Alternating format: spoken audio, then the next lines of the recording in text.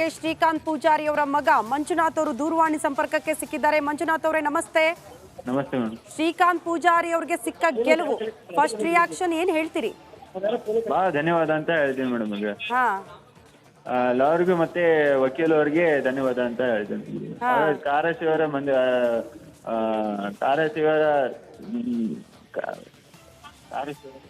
ಹೇಳಿ ಮಂಜುನಾಥ್ ಅವರು.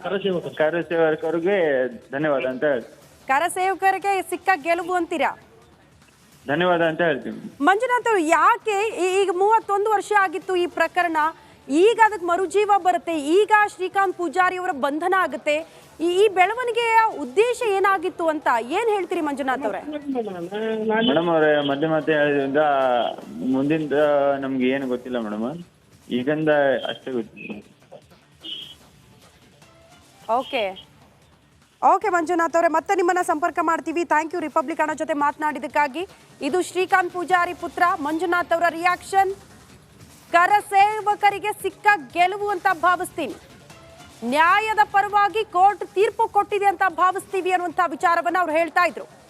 ಶ್ರೀಕಾಂತ್ ಪೂಜಾರಿ ಪರ ವಕೀಲರು ಕೂಡ ರಾಜ್ಯ ಸರ್ಕಾರ ದಿಕ್ಕು ತಪ್ಪಿಸುವ ಕೆಲಸ ಮಾಡ್ತಾ ಇತ್ತು, ಹುಬ್ಬಳ್ಳಿಯ ಪೊಲೀಸರು ದಿಕ್ಕು ತಪ್ಪಿಸುವ ಕೆಲಸ ಮಾಡಿದ್ರು, ಸರಿಯಾಗಿ ಸಾಕ್ಷಿಗಳನ್ನ ಒದಗಿಸಿರ್ಲಿಲ್ಲ, ಕೋರ್ಟ್ನಲ್ಲಿ ಸಾಕ್ಷಿಗಳು ಇರಲಿಲ್ಲ, ಹಾಗಾಗಿ ನಮಗೆ ವಿಶ್ವಾಸ ಇತ್ತು ನಮ್ಮ ಪರವಾಗಿ ತೀರ್ಪು ಬರುತ್ತೆ, ಜಾಮೀನು ಸಿಗುತ್ತೆ, ಹಾಗಾಗಿ ನಿರೀಕ್ಷೆಯಂತೆಯೇ ಜಾಮೀನು ಮಂಜೂರಾಗಿದೆ.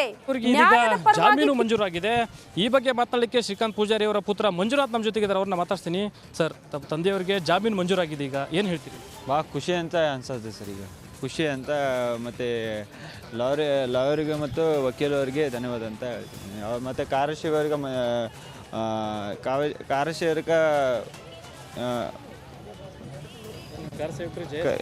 ಜಯಸರ್ಕ ಅವರಿಗೆ ಧನ್ಯವಾದ ಅಂತ ಹೇಳ್ತೀನಿ. ಈಗ ಸಾಕಷ್ಟು ತಮ್ಮ ತಂದೆಯವ್ರನ್ನ ಬಂಧನ ಮಾಡಿರುವಂಥ ಹಿನ್ನೆಲೆಯಲ್ಲಿ ಸಾಕಷ್ಟು ಆಕ್ರೋಶ ಏನು ರಾಜ್ಯ ಸರ್ಕಾರದ ವಿರುದ್ಧ ಇರ್ಬೋದು, ಪೊಲೀಸ್ ಅಧಿಕಾರಿಗಳ ವಿರುದ್ಧ ಇರ್ಬೋದು, ಸಾಕಷ್ಟು ಹೋರಾಟ ಕೈಗೊಳ್ಳಲಾಗಿತ್ತು. ಹಿಂದೂ ಪರ ಸಂಘಟನೆಯವರು ಸಾಕಷ್ಟು ಹೋರಾಟ ಮಾಡಿದರು, BJP ಕಾರ್ಯಕರ್ತರು ಸಾಕಷ್ಟು ಹೋರಾಟ ಮಾಡಿದರು. ಇವತ್ತು ಜಯ ಸಿಕ್ಕಿದೆ, ತಮ್ಮ ತಂದೆಯವರಿಗೆ ಬೇಲಾಗಿದೆ, ಅವರಿಗೆ ಎಲ್ಲ ಧನ್ಯವಾದ ಅಂತ ಹೇಳ್ತೀನಿ. ಮಾತಂತೆ ಮತ್ತು ಅವರಿಗೆ ಭಾಳ ಧನ್ಯವಾದ ಅಂತ ಹೇಳ್ತೀನಿ. ಯಾವೆಲ್ಲ ಅಂದರೆ ಈ ಬಗ್ಗೆ ತಮ್ಮ ತಂದೆಯವರು ತಮ್ಮ ಜೊತೆ ಮಾತನಾಡ್ತಿರುವಾಗ ಏನಾದ್ರು ಹೇಳಿದ್ರ ಅಂತ? ಇಲ್ಲ ಸರ್, ಏನು ಹೇಳಿಲ್ಲ ಸರ್, ಮಾತನಾಡೋದೇ ಏನು ಹೇಳಿಲ್ಲ. ಬೆಳಗ್ಗೆಯಿಂದ ಸಾಕಷ್ಟು ಕಾತರಿಂದ ಕಾಯ್ತಾ ಇದ್ರಿ, ಯಾವಾಗ ಜಾಮೀನು ಸಿಗುತ್ತೋ ಅಂತೇಳಿ. ಈಗ ಜಾಮೀನು ಸಿಕ್ಕಿದೆ. ಬೆಳಗ್ಗಿಂದ ಊಟ ಮಾಡ್ತಿದ್ದಿಲ್ಲ ಸರ್, ಈಗ ಭಾಳ ಖುಷಿ ಅನ್ಸತ್ತಿದೆ. ಈಗ ಮನೆಯಾಗೂ ಊಟ ಮಾಡಿಲ್ಲ ಸರ್, 8 ದಿವಸದಿಂದ ಊಟ ಮಾಡಿದ್ದಿಲ್ಲ, ಮನೆಯಲ್ಲೆಲ್ಲ ವೇಟ್ ಮಾಡ್ತಾ ಇದ್ದೀವಿ. ಇವತ್ತ ನಾಳೆ ಅಂತ ಹೇಳ್ತಾ ಇದ್ದೀವಿ ಸರ್. ಇದಿಷ್ಟು ಶ್ರೀಕಾಂತ್ ಪೂಜಾರಿ ಪುತ್ರ ಆಗಿರುವಂತಹ ಮಂಜುನಾಥ್ ಅವರು ಮತ್ತು ತಮ್ಮ ತಂದೆಗೆ ಬೇಲ್ ಸಿಕ್ಕಿರುವಂಥದ್ದು, ಜಾಮೀನು ಸಿಕ್ಕಿರುವಂಥದ್ದು.